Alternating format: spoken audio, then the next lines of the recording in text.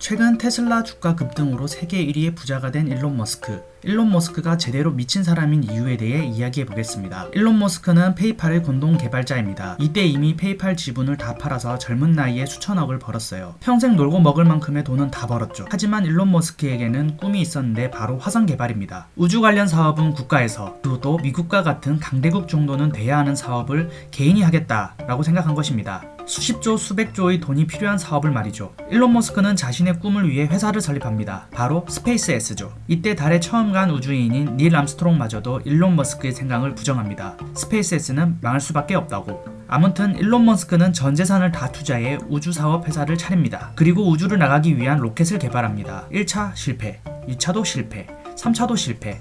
네 번째 발사 때 겨우 성공합니다. 그 이후로 나사의 지원을 받게 됩니다. 나사의 지원 덕분에 파산을 면하고 우주 비행 기술을 가지게 됩니다. 그러나 문제는 화성에 가도 탐사할 기술력이 없었습니다. 화성 개발을 하려면 타고 다녀야 할 게 필요해서 만든 것이 바로 현재 시총 1위의 테슬라입니다. 머스크는 태양광으로 전기차를 운영할 생각을 했습니다. 이게 대박을 치면서 돈에 쪼달리던 머스크가 여유가 생기기 시작했습니다. 스페이스X도 기업입니다. 사업성이 있어야 회사가 돌아갑니다. 근데 우주 비행 산업에서 사업성 같은 게 있을 리가 없잖아요. 그래서 일론 머스크는 아이디어를 냅니다. 로켓을 재사용하게 만들자. 이 불가능할 것 같은 아이디어가 또 성공을 합니다. 로켓 재사용으로 비용을 3분의 1로 획기적으로 낮추게 되죠.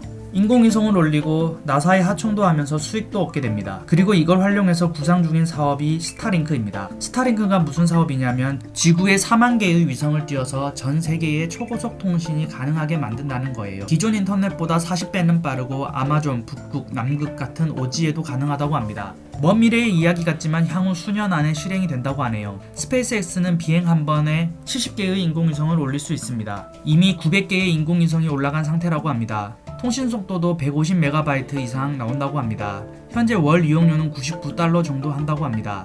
그래도 화성에 가기 위해서는 문제가 있습니다. 화성에 가려고 하니까 작은 로켓으로는 사람을 실어 나를 수가 없는 거죠. 그래서 수십 명을 태울 수 있는 거대 로켓을 만들고 있습니다. 한 번에 100명을 태울 수 있는 스타쉽을 개발 중이라고 합니다. 테스트는 이미 끝냈고 착륙 빼고는 다 성공했다고 합니다. 사진 왼쪽 두 번째가 사람이 탈 몸체고 그 왼쪽이 추진체입니다. 맨 오른쪽이 몸체와 추진체가 합쳐진 모습입니다. 합쳐진 스타쉽의 길이는 약 120m 정도라고 하네요. 이 우주선용으로 쓰는 합금이 엄청 비쌉니다. 이 합금의 재료를 대량 생산할 방법이 없을까 해서 연구한 게 사이버 트럭입니다. 이 트럭을 양산해서 스타쉽 재료 비용을 낮추는 게 목적이라고 합니다. 이처럼 대단히 미친 일론 머스크, 그의 최종 목표는 화성 테라포밍이라고 합니다. 2024년 화성에 인류가 살 수 있는 기지를 건설하고 50에서 150년 안에 화성에 100만 명 이상 살 수 있게 만드는 것이 그의 목표라고 합니다.